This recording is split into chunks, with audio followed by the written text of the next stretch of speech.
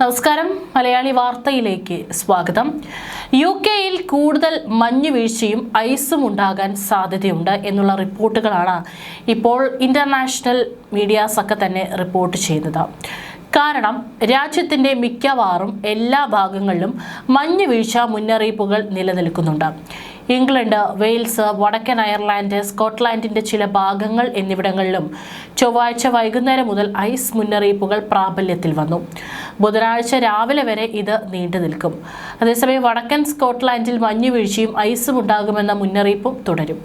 വീഴ്ചകളിൽ നിന്നും പരിക്കുകൾ ഉണ്ടാകാമെന്നും ചില റോഡുകളിൽ മഞ്ഞുപാളികൾ ഉണ്ടാകാമെന്നും മെറ്റ് ഓഫീസ് മുന്നറിയിപ്പ് നൽകിയിട്ടുണ്ട്. അതേസമയം സ്കോട്ട്ലാൻഡിന്റെ വടക്ക് ഭാഗത്ത് വ്യോമ റെയിൽ യാത്രകൾക്കും വൈദ്യുതി തടസ്സത്തിനും സാധ്യതയുണ്ടെന്നും കാലാവസ്ഥാ നിരീക്ഷണ കേന്ദ്രം അറിയിച്ചു. മഞ്ഞുവീഴ്ചയും താഴ്ന്ന താപനിലയും കാരണം ചൊവ്വാഴ്ച 1000-ലധികം സ്കൂളുകൾക്ക് അവധി നൽകിയിരുന്നു.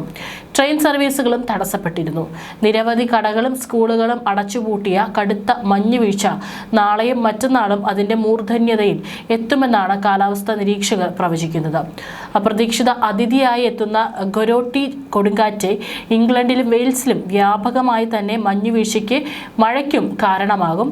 വ്യാഴാഴ്ചയും വെള്ളിയാഴ്ചയും ഈ കൊടുങ്കാറ്റിന്റെ പ്രഭാവത്തിൽ കടുത്ത മഞ്ഞുവീഴ്ചയായിരിക്കും ഉണ്ടാവുക.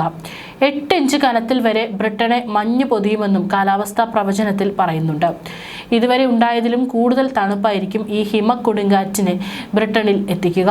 ഫ്രഞ്ച് കാലാവസ്ഥാ കേന്ദ്രം നാമകരണം ചെയ്ത കൊടുങ്കാറ്റ് എത്തുന്നതിന് മുന്നോടിയായി തെക്ക് പടിഞ്ഞാറൻ ഇംഗ്ലണ്ട്, മിഡ്ലാൻഡ്സ്, വെയിൽസ് എന്നിവിടങ്ങളിലും മഞ്ഞ് മുന്നറിയിപ്പ് പ്രഖ്യാപിച്ചിട്ടുണ്ട്.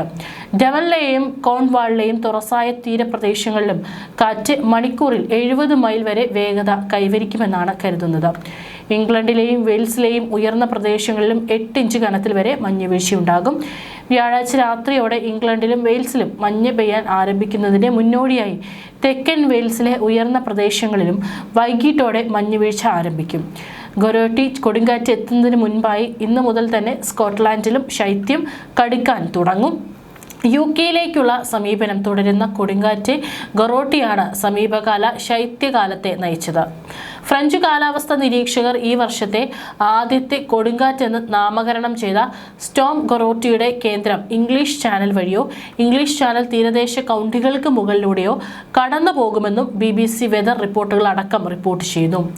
കൊടുങ്കാറ്റ് ഇപ്പോഴും പ്രധാനമായി ഇംഗ്ലണ്ടിനെയും വെയിൽസിനെയും ബാധിക്കുമെന്നും പ്രതീക്ഷിക്കുന്നു. വെയിൽസിലും മിഡ്ലാൻഡ്സിലും 5 മുതൽ 10 സെന്റിമീറ്റർ വരെ മഞ്ഞുവീഴ്ച ഉണ്ടാകാനുള്ള സാധ്യത കൂടുതലാണ്.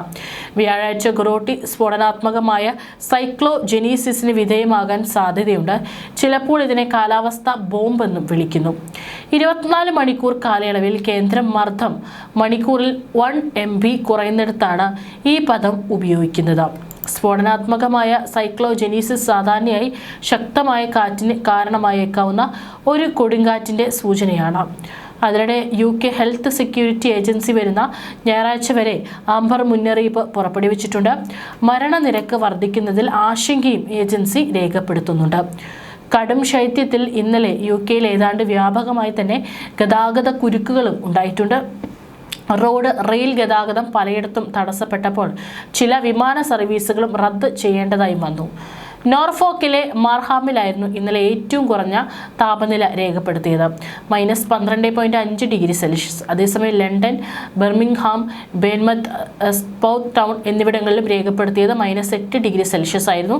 സ്കോട്ട്ലാൻഡ്, ബാൻഷെയർ, ടോമിൻടോളിലായിരുന്നു ഏറ്റവും തീവ്രമായ മഞ്ഞുവീഴ്ച രേഖപ്പെടുത്തിയത്. 52 സെന്റിമീറ്റർ കനത്തിലാണ് ഇവിടെ മഞ്ഞു വീണത്. മഞ്ഞുവീഴ്ച കനത്തതോടെ പലയിടങ്ങളിലായി 1000-ലധികം സ്കൂളുകൾ ഇന്നലെയും അടഞ്ഞുകിടന്നു. പലയിടങ്ങളിലും ഗതാഗത തടസ്സങ്ങളുണ്ടായി. ലിവർപൂളിൽ ഇന്നലെ ഒരു ബസ് അപകടത്തിൽപ്പെട്ടു. വെയിൽസിലെ ചില ഭാഗങ്ങളിലും വാഹനങ്ങളും നടയാത്രക്കാരും മഞ്ഞിൽ കുടുങ്ങിയതായി റിപ്പോർട്ടുകൾ വരുന്നുണ്ട്. വലിയ തോതിൽ തന്നെ റെയിൽ പാളങ്ങളിൽ മഞ്ഞ് അടിഞ്ഞുകൂടിയതോടെ സ്കോട്ട്ലാൻഡിലും ഇംഗ്ലണ്ടിലും ചില റൂട്ടുകളിൽ ട്രെയിൻ സർവീസുകൾ റദ്ദ് ചെയ്തിട്ടുണ്ട്. ലണ്ടൻ കിങ്സ് ക്രോസിനും ലീഡ്സിനും എഡിൻബർഗിനും ഇടയിൽ യാത്ര ചെയ്യുന്നവർ ഇനിയൊരു മുന്നറിയിപ്പ് ഉണ്ടാകുന്നതുവരെ ബദൽ യാത്രാ മാർഗങ്ങൾ തേടണമെന്നും LNER അറിയിച്ചിട്ടുണ്ട്. റെയിൽ വിള്ളൽ ദൃശ്യമായതിനെ തുടർന്നാണിത്. കടുത്ത മഞ്ഞുവീഴ്ച മൂലം എഡിൻബർഗിനും ആംബർഡീനും ഇടയിൽ യാത്ര ചെയ്യരുതെന്ന മറ്റൊരു മുന്നറിയിപ്പും എത്തിയിട്ടുണ്ട്. കിങ്സ് ലൈനും എലിക്കുമിടയിലാവും ഇന്നലെ ട്രെയിൻ ഗതാഗതം തടസ്സപ്പെട്ടിരിക്കുന്നത്. അതികഠിനമായ ശീതക്കാറ്റ് ആഞ്ഞടിച്ചതോടെ യൂറോപ്പിലും സാധാരണ ജീവിതം ദുഷ്കരമായിരിക്കുകയാണ്. നൂറുകണക്കിന് വിമാനങ്ങൾ റദ്ദ് ചെയ്യപ്പെട്ടപ്പോൾ പാരീസിൽ ദർശിച്ചത് 1000 കിലോമീറ്റർ വരെ നീണ്ട ഗതാഗത കുരുക്കായിരുന്നു. ഫ്രഞ്ച് തലസ്ഥാനത്ത് മഞ്ഞുവീഴ്ച ശക്തമായതോടെ പാരീസ് നിവാസികളിലും ഏറെ പേരും മോണ്ട് മേറിൽ സ്ക്രീനിങ്ങിനിറങ്ങി. ഈ ആഴ്ച ആദ്യം മുതൽ തന്നെ യൂറോപ്പിനെ ഏതാണ്ട് പൂർണ്ണമായും തന്നെ മഞ്ഞു പുതച്ചിരുന്നു. ഇത് പലയിടങ്ങളിലും യാത്രാ തടസ്സവും സൃഷ്ടിച്ചു. ആംസ്റ്റർഡാം, ഷിഫോൾ വിമാനത്താവളങ്ങളിലും 700 വിമാന സർവീസുകളാണ് റദ്ദ് ചെയ്തത്. അവിടെ നിന്നും യാത്ര തിരിക്കേണ്ടതോ അവിടെ ഇറങ്ങേണ്ടതായ മൊത്ത വിമാനങ്ങളുടെ പകുതിയിലധികം വരും ഇത്. മോശം കാലാവസ്ഥയാണ് വിമാന സർവീസുകൾ റദ്ദാക്കാൻ കാരണമായി പറഞ്ഞിരിക്കുന്നത്. വടക്ക് പടിഞ്ഞാറൻ ഫ്രാൻസിൽ ഫ്രഞ്ച് കാലാവസ്ഥാ കേന്ദ്രം ഓറഞ്ച് മുന്നറിയിപ്പ് നൽകിയിട്ടുണ്ട്. പാരീസ് വിമാനത്താവളത്തിൽ നിന്നുള്ള സർവീസുകളിലും 15% കുറവ് വരുത്തിയിട്ടുണ്ട്. യൂറോപ്പിന്റെ വിവിധ ഭാഗങ്ങളിലേക്കും ട്രെയിൻ യാത്രയ്ക്ക് ഒരുങ്ങിയവരും സമാന സാഹചര്യമാണ് അഭിമുഖീകരിക്കുന്നത്. ട്രെയിനുകൾ പലതും വൈകി ഓടുകയാണ്. ചിലവ റദ്ദാക്കേണ്ടതായി വന്നിട്ടുണ്ട്. ഇന്നലെ ലണ്ടൻ സെന്റ് പാൻക്രാൻസിനും പാരീസ് ഗരെ ഡി നോറിനും ഇടയിലുള്ള 6 യൂറോസ്റ്റാർ ട്രെയിനുകൾ റദ്ദ് ചെയ്തിരുന്നു. തെക്കൻ ജർമ്മനിയിലെ ഹിഡിൽബർഗിൽ നിന്നും മഞ്ഞിൽ കുളിച്ച പ്രകൃതിയുടെ അതിമനോഹരമായ ദൃശ്യങ്ങളും പുറത്തു വന്നിട്ടുണ്ട്. യുദ്ധ സാഹചര്യം നിലനിൽക്കുമ്പോഴും യുക്രൈനിലെ കീവിൽ മഞ്ഞ് മൂടിയ നദിയിൽ മുങ്ങി സ്നാനം നടത്തി. അവിടുത്തെ ഓർത്തഡോക്സ് ക്രിസ്ത്യാനികൾക്കിടയിലുള്ള എപ്പിഫാനി എന്ന പരമ്പരാഗത അനുഷ്ഠാനത്തിന്റെ ഭാഗമായിട്ടായിരുന്നു ഇത്. സ്പെയിനിലെ പല പ്രധാന വിനോദസഞ്ചാര കേന്ദ്രങ്ങളും ചുവപ്പ് മുന്നറിയിപ്പ് പ്രഖ്യാപിച്ചിരിക്കുകയാണ് അധികൃതർ.